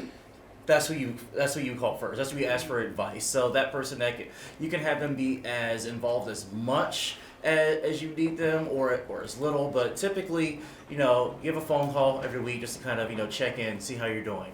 You go to events together. So if you're going to like the town halls, if you're going to the office hours, so they'll help walk you through that. Depending on how outgoing you may or may not be. And this is for anyone. If you have a mentor. Okay, I don't know anyone here. I want to pitch my show. guess what? Your mentor probably does know a lot of the people, so they'll drag you kicking and screaming if need be. All right, hey, promote your show. Hi, I'm Royce. I have this show. This person I'm mentoring. They're a scholarship winner. Here, tell them about your show. Like, so even to help with things like that, and also really just walk you through the process because they've been there before, they've done it, so they will be able to uniquely answer your questions in just a real keeping it 100 way. Because, all right, look, don't do this, do this, have this done by now. Or, all right, you kind of might want to pick things up because, like, you know, or hey, you might want to bring you on an extra producer, or do your casting this way. Here's a resource for finding an audition. So. Yeah. It's your own. Sounds very personal. It is. It's very personalized. I want to add something before. I know that you've also been a mentor and had a mentor, but I want to add something. The mentor has been historically underutilized by our scholarship winners, and I think that you need to know that that person is there to be that person once a week there with you and should be attending events. And if that wasn't the case, you should let me know before your show opens. Because that is something that we want to make sure is happening, and they do. We have amazing mentors. They're award winners. They're veteran producers. They've done at least 2 Fringes before they are allowed to be a mentor, and usually they have to have had some accolades during that time. Yeah. So like Ellen said, I've had a mentor and I've been a mentor, and my mentor my first year was invaluable. Like Royce just said, that going together and having her, she knew everybody, so she could introduce me to all these people, break the ice for me, gave me really great advice on just how to be, because I didn't know what I was doing. I couldn't have done it without her, and so I took that into what I do as a mentor. And like Ellen said as well, I felt like I was very underutilized, and so both of the people that I mentored, unfortunately, did not take my advice, and their shows were either not filled, which really disappointed me, or they were sloppy, or the logos weren't done, or the postcards weren't done, or something wasn't done because they wouldn't listen to me, or I couldn't get them on the phone, or whatever it was. That's a volunteer position for us. We know what we're doing, we've seen it, we've done it. His mentor obviously won Best of Fringe solo show, so obviously he is a fantastic mentor. We're here to help. We've seen it, we've done it, we will help you. Take the advice because it's free, and that I think the mentor. It's one of the most valuable parts of what you're getting. Yeah. Because you're getting like a networking buddy. Yeah. Yeah, it is also where, okay, if you have questions normally, like, okay, you're sending an email to support at hollywoodfringe.org. Okay, you're getting your response within 24 hours. Yeah, but even then, like, you have even more support than a normal person, because you have me to reach out to, you have your mentor to reach out to, you have all of these different things, and I think you should, for future winners, and this will be covered in our call, is that it is important to reach out. Do we have any more questions? Oh yeah. Hi, my name is Moni. No show, no title just yet. First, can all of you say your names again? And then secondly, I know there's like an approved list of venues, but is there also an aggregated list of like costs, or is that kind of legwork that we're doing ourselves? So that is legwork you have to do on your own. Okay. As like the Fringe, whenever we do panels, we don't discuss money because it changes so regularly, and because it's just not fair for people who aren't able to be there. But there is an aggregated list on our website of current venues. You can always bring your own venue if you're like, I know exactly what I want, as long as it's within our borders, which are on our website. But to give you an idea, it's like Franklin-ish, East Hollywood-ish, West Hollywood-ish, a little bit a block south of Melrose-ish. Like that's like the Fringe zone. And then on hollywoodfringe.org/venues, you can contact any venues that you're interested in going to. And there also is a town hall specifically meant for venues. Or a workshop. Yeah. The workshop, yeah. But we, again, don't discuss money during it. Right, yeah. Okay. But at least like those people are there and let you know who they are, then you just go and talk to people. You get the emails, you find in all that sort of thing. So, but otherwise, I'm Joyce Shockley. Oh, I'm Ellen, and I work for the Fringe. I'm a community programs director. I'm Chris Spera. The L is for luxury. I'm Natasha Lewin.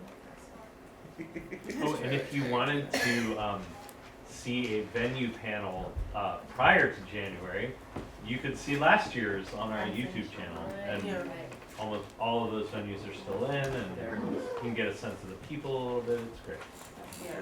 Definitely. And I would say again, go back to the website. If you have an idea what the show is, if you have an idea what it's gonna look like, you can type in keywords in the website to kind of figure it out, and then see what shows similar did. If they had big seating, if they had small seating, and then you can look at photos. You can start reaching out and asking questions now.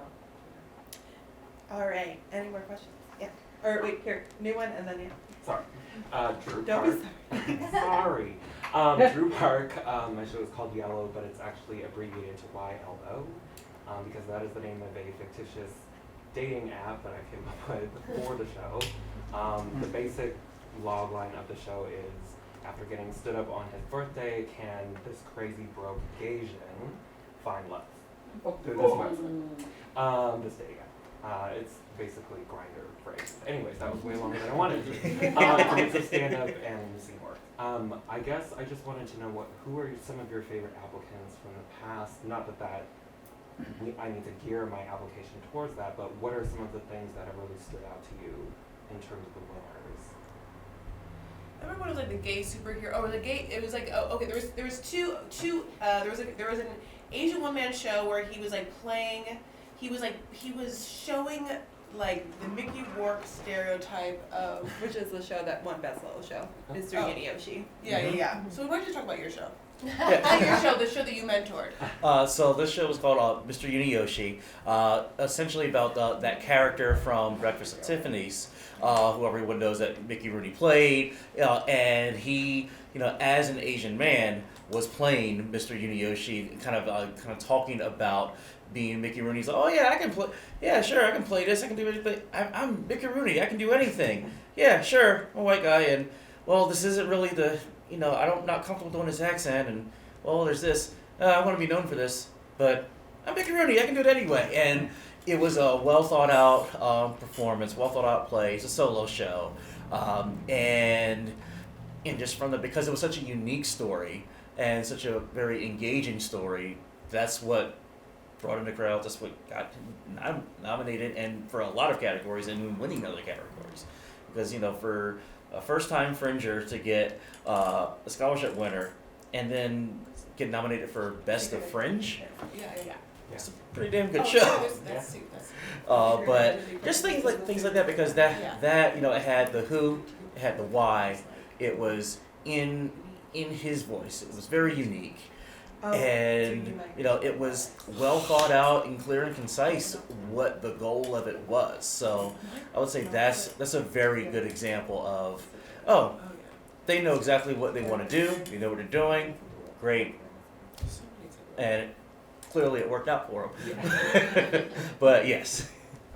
Secret Identity Crisis was the Asian superhero one, and then Ellen just did the Lord's work and looked at a bunch of my favorites.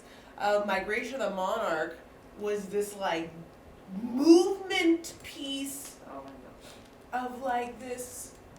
It was a burlesque. What the hell was that? It was a burlesque, or it was like a story of transformation told through Korean folk song, I believe, Yep. and burlesque. Multimedia usage. This theater Costuming. artist brought in from Korea. It was the most beautiful costumes, and I mean the attention to detail. It was unlike anything I ever saw before.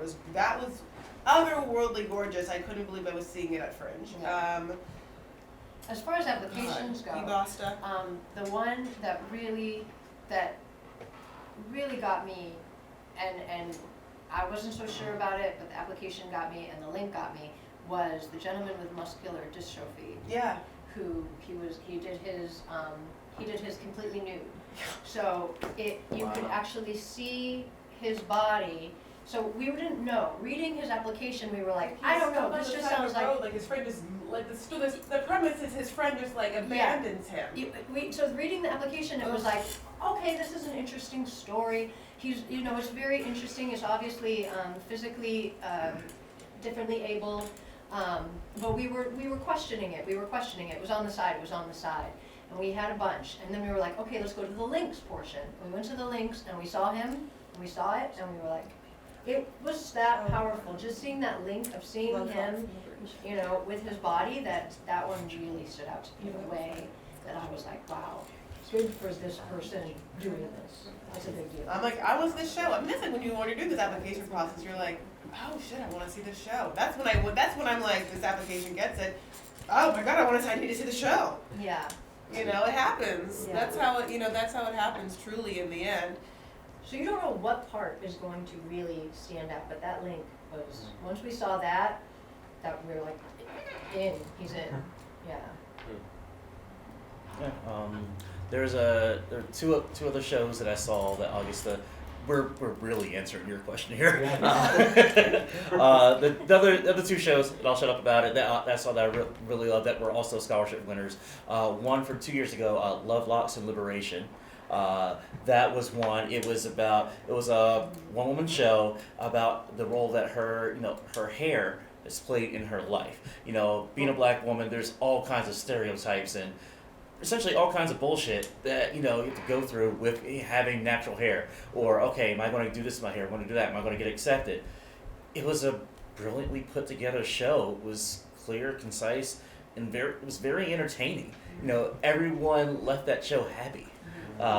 The other show, another scholarship winner that I love from last year, Supportive White Parents. It was a musical. I saw the show 4 times myself. If you want to see it right now, It's at Second City right now. Yeah. It's doing a 2-month run there. Mm-hmm. That was another a well put together musical, very clear premise.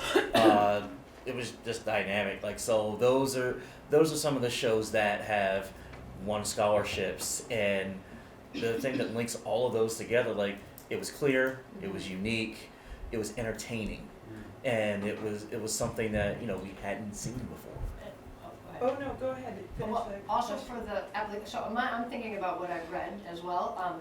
So Yabasta, when we read that one, Yabasta was Time's Up, but it was with sanitation workers, female sanitation workers who during late night shifts were getting raped, and so the whole thing was in Spanish, and it was told in Mexican folklore, so it was very ethereal, I guess the word is, it wasn't so much cut and paste, not cut and paste, Literal. but cut and dry, literal. Yeah, it was very. But the way that they wrote it, I just remember I remember we were all just like, yes, this is a story that needs to be told, even though, like Roy said, that there was a lot of Me Too, and there still should be Me Toos, and don't ever let that stop you. But that one was told in such a way where I'm even getting goosebumps. That I was like, that is a definite yes. And the janitors were the actors as well. Yeah, and Yeah. the genders were the actors. Yeah, so it was giving people a voice who didn't have a voice. One thing I want to say really quick, and then we'll go to your question, is that Natasha's never said the name of her show, but it was Chatter. Oh, mine's just chatter.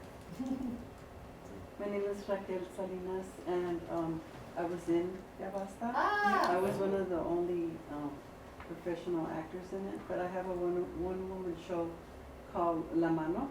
It deals with a woman that has problems with alcoholism, and it was part of Solo Fest 2016, and my mentor is Jessica Johnson.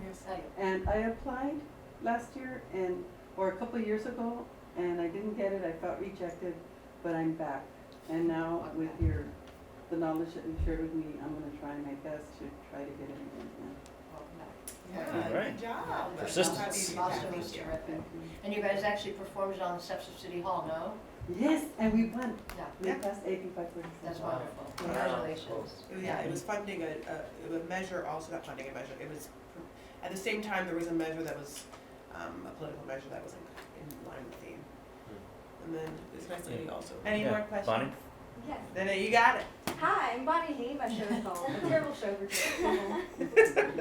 Award winner. 2 words, 45 minutes. Oh, yes, thank you. Also an award winner. Won Crazy Solo Show at the Crazy Vocations. Yes, Solo Performance Festival. That's what it was. With the links portion of the thing, do you only want links pertaining to just the show itself, or is it kind of a snapshot of yourself as well? There's 2 different sections. You can put both, right? It's one section. one section, I'm but you can put more than one link. Put 3 links at Put the all three. your links. I want links It's, of the no, it's show just, and you. just a copy and paste. And If you are, I mean, like, not for everyone, but like, if you are a solo performer and you haven't done your show or whatever, so you don't have stuff at your show, but it's your, yes, I mean, that makes sense for you to show you performing, I guess. You know, it even makes sense for you if you're a writer and you haven't had, and you have a version of like other work, show us your other work as a writer, or, show us your work. Watch them. For example, like that show you're talking about, that you click the link, it also had the website and it also had a link to a resume. You know, so you can put multiple links and just don't put like 10. My favorite Please. on the Google form is that there's no, for that particular question, there's no character limit, and I haven't attempted to like fill that part in, but just from working in like a little bit of tech, I have experienced one time where when there isn't written what the character limit is, it'll just let you like keep writing stuff, and links are long. There's a lot of characters in each link, but it won't even cut you off. It'll just cut you off on the back end. So like, let's say you put It won't cut you off Oh, at it all. won't cut you off. Okay. Yeah, it won't cut you Okay. off at all. Just don't put 10 links or else you Yes. probably won't get them all watched. Right. I would say to put your top. Yeah, top 3, because we get it by 2. Okay. We get it by 2, yeah. Yeah, no limit. We are on a low tech Google form. Yeah. We are a nonprofit. Thank you. We are volunteers. I'm just forcing myself to speak. Good. Because you said to. Good. Yeah. It's weird because a lot of people are like, you're a performer, you're not shy. But I am sometimes. My name is Magdalene Rochester Kravitz, and I just finished a solo show at the BFF, and we'll be doing one at the Solo Fest as well. It's called The Long Goodbye, a mother who can't remember, a daughter who can't forget. And it is about how a horrible disease like Alzheimer's really was a conduit of healing in a fractured mother-daughter relationship. There's singing, it's multimedia, and I guess my question is, you kind of talked about it just in that elevator pitch, in that that part is just so awkward and You just did it in scary. Marin. Yeah. So well. I know. I was like, You did it in Marin. Just like whatever. I wish you had voice noted it. Yep. That sounds good. Yeah, we know what your show is. I mean, seriously, that Yeah, was a really in very good one. very short form. Like, all right, cool. That's the elevator pitch. Yep. You did it. But I still want to know more. I still want to know more. Well, I mean, now your Yeah. application Yeah. process goes in too. Right. Yeah, that works. I still want to know, okay, what makes you telling this story different? Why is your lens, I mean, this is for the application, but how is your experience with it? How did it affect you? Why do you think theater is the best place to tell it? Why do you think Fringe? Why is it different enough for Fringe? Those kind of meaty questions I really want to dig into. But yes, absolutely, of course, we all want to experience that, but why? Why you? Why here? Why different? Why is it different? Why is it diverse? Can't wait to read them. More questions? No more questions? Oh.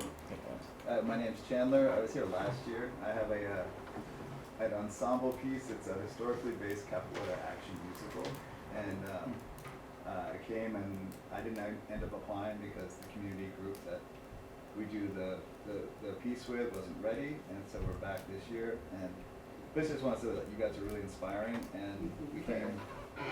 My partner, we came to a bunch of shows, saw as many as we could last year, and the whole thing was super cool, and really appreciate what you guys do. Oh, thanks. Oh, thanks. Go Fringe! Coming back. Thanks for Yeah. Good. Good. That sounds awesome. Anything? Anything more? Are we gonna? Well, Hello, my name is Maurice Shaw, friends with Chandler. We're putting on a piece called Pombades, which is kind of piggybacking off what he said.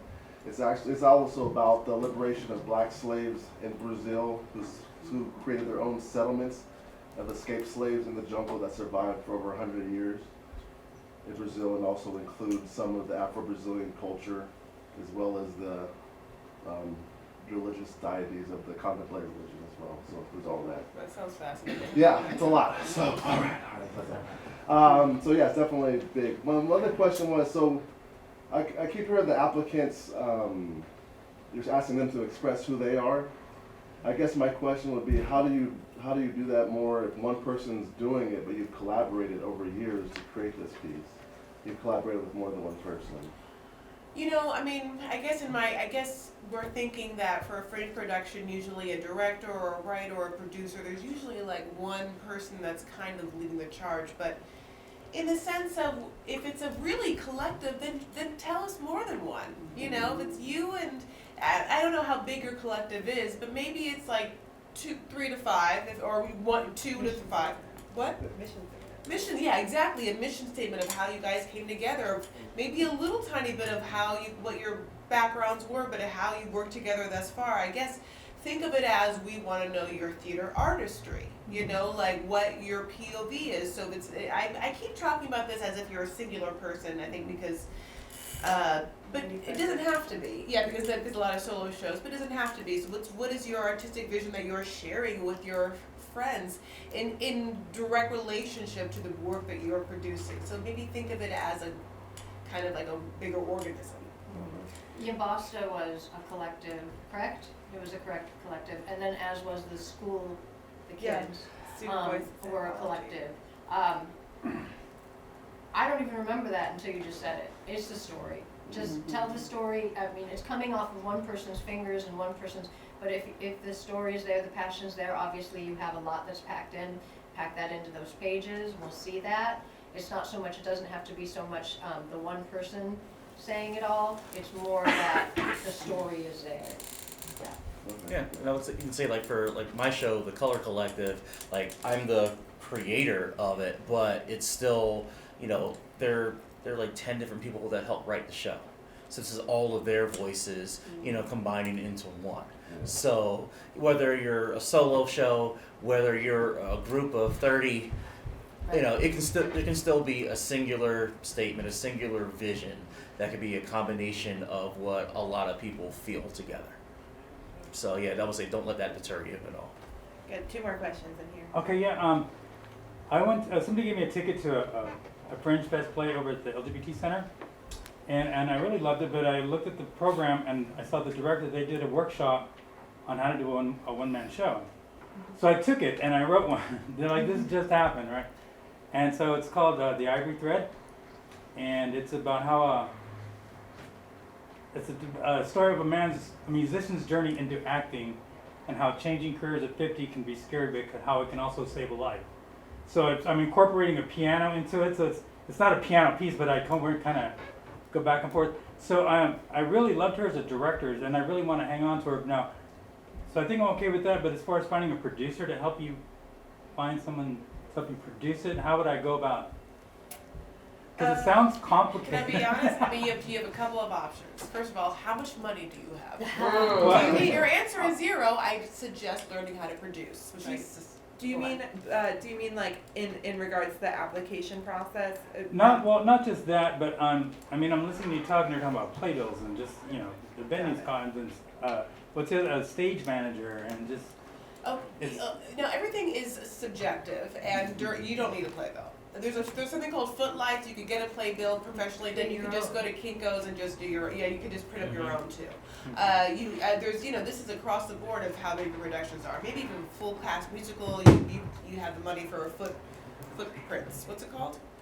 Footlights. You know, like which is like the playbill thing for in LA or whatever. But you are going to need a plan, and I would sit down and think about the following things: your budget, your marketing, and what you can get done, and how much. Like the truth is, maybe you have friends that are producers that are looking for, a fun project. You can bring them on. They don't want to get paid, or that you can pay them. And if that's the case, sir, do it. But if not, most solo shows don't have it. Well, I would say most solo shows don't have an extra producer. Well, I don't know. I think it depends on your process. Okay. I just wanted to let you I know can't say that. it won't like hiring a producer in the spring. That if they have worked on other shows, isn't gonna affect, your application because you're the primary producer. Okay. Nobody's gonna care as much about your show as you are. I agree. So you're a producer. Well, You're the primary. I'll You're just, the primary producer. And I didn't know how to produce a show. I'd never produced, I'd never written, I'd never directed theater, I did all three. You can do it. You just have to go all in. You have to know that this is something you're passionate about and you can do it. Can I just add one more thing? Yeah. So it's actually going up on the 30th at the Alwada Theater. Oh, So a short version of it. So I'm gonna give it a first run, Alright. kind of see how it works out. you're happy. See if you can bring some people, like, you know, maybe you just need a guy that's like good at tech. You can get a guy that like can run your board. Maybe you just have like a guy, like if you can have a friend that can just run your board and can, you know, like do box office and knows how to like put a little Photoshop together, maybe that's the producer you need. I don't know, you know, Yeah. like. Yeah, for Well- something for marketing or whatever, because like for my first Fringe, even though I had done a show, that's before, but I learned how to be a producer by doing Fringe, how to be a better producer. And we also have a million workshops on how to do that. But I wanna get our last question in Well, before we yeah. Can I just say something real quick? You should know too that like one of the primary mission items for the Hollywood Fringe is to train producers. So we very much have that in mind and have your back. And if you want to get a head start, I'll say again, all the old workshops that are still incredibly relevant and are actually interesting because they have different people on them every year, so you can get a lot of different perspectives. They're all up on our YouTube channel. So if you want to get a head start anytime, there are literally hours and hours and hours of informative content you can watch to help yeah. you. 2017, so you're gonna produce a Fringe show, or you're gonna put up a Fringe show. 2017, that one was one of the best. I sat in it, and I obviously am here right now, so. Like I said earlier, meal prepping time. All right, we just have one time for one more question. No? One more question. Really think, wait. Who hasn't, wait, you haven't said it. You have a show? I do, yeah. Stand up and ask a question. And then you have a show? Have you talked already? No. Okay, we have two questions. Hey, I'm Greg. Yeah? Greg, what's your show? So tentatively, my show is going to be called Final Rehearsal. Last year, I just moved here from New York, and I was hired to act in a Fringe show, and it was a disaster. So this will be about that. That's hilarious. Great. And what's your question? Oh yeah. You guys have been so informative. Yeah. Like, Just be like, where'd you get that shirt? You know? I could. Do it right now. I have a question you can ask. Yeah. Ask her a question, there you go. After you register your project, when's the latest we can change your description? So I'm just thinking, like, after you register your project, what is the latest? You must be registered by April 1st, be included in the guide, and then you'll still have a couple of days after that with some editing stuff. But yeah, April 1st is the Question. Yeah, you have a question right here. Question right here. Gordon Stephen Matheson Jr. God I was bless. gonna do it last year, but I chickened out. And I volunteered and I get to see 52 shows. And I'm going to all of these things and I wanna win some money. And my musical, I wrote a musical, it's called No Matter What. A man stumbles into recovery and finds meaning and purpose in life. Half my wedding party from my last marriage are dead from heroin overdoses. I got 22 years clean. So my question is, I did yeah, this is gonna be awesome, no matter what, .net, right? My question is I put the project up last year because I was going to do it, but I chickened out because I didn't know anybody. Can they take that and roll it forward? Because I noticed it's in like 2019, but I wanted to go to the 2020 bucket. No problem. And I want to still get eligible for cash prizes this year. When you hit February 1st and registration opens, you'll be able to just go to the page you created before and register for yours. Just push it up. Yep. Good. That's my question. Thank you. Wait, she didn't, yeah. Yeah. Right there, yep. I'm pointing at her. And the last one. She knows who she is. She didn't talk. She's the only one here that didn't talk. Hi, my name is Miyo Yamauchi, and my temporary title for now is How to Be Japanese, because I'm Japanese. I'm the best person to tell you. I believe this, yeah. So my question is, I've been reviewing all the last winners pages, and I saw some people have press and some people don't. And how do people get those press? Great, isn't that a great question? Well, I think there's also a difference between press and reviews too, which will be covered in our workshops. Like Dave has pitched a couple of times and I pitched a couple of times. We have an entire workshop where past producers will really go into detail about how to get reviewers and how to get press. Again, there is a press release that goes out about this, and some people do write about, you know, the Hollywood Fringe Scholarship Program as a whole. But as far as them writing about your individual show, it's really up to you to reach out to those contacts and make those contacts yourself. Really quick, so you'll get reviews from people that are seeing the show. They're not certified press reviews. They're people that I can see your show and then write reviews, right? Then you can get press. Press will be anything from like stage scene LA or whatever, you know, like theater blogs that stage cinema, like different theater blogs around town. Splash New, they have like different ones or whatever. And so that's going to be Googling and talking to Fringe people, and maybe if you have a mentor, that's a great mentor person. It's also going on to other pages and seeing what certified press reviewed shows last year, and then Googling them, and then finding their email and giving them your info, and being like, here's your dates, when can you come see my great ass show? You saw that piece of shit. No, I'm just kidding. If you saw this show that has a similar theme, no, I'm just playing. And I think I'm like loosey-goosey at night. I'm very thirsty. I think I would love some water. I mean, is there a drop of anything in this house? Who knows? But, honey, this has been gone for 5 years. So, but like, you know what I'm saying? That's how you get bloggers and stuff like that. So, it's a hard thing to get the press, but if you start putting your name out there, you know, like, oh my God, I love you so much. I'm playing with you.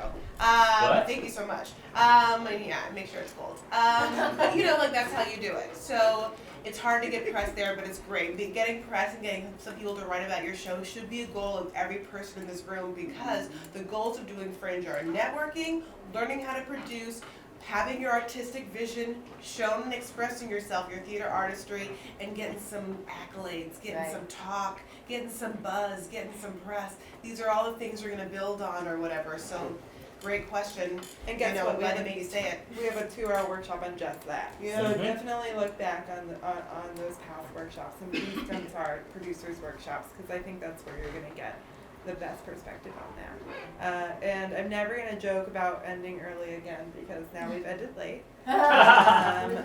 Let's go have a drink. It's 9:02. I know we had a 2-hour count.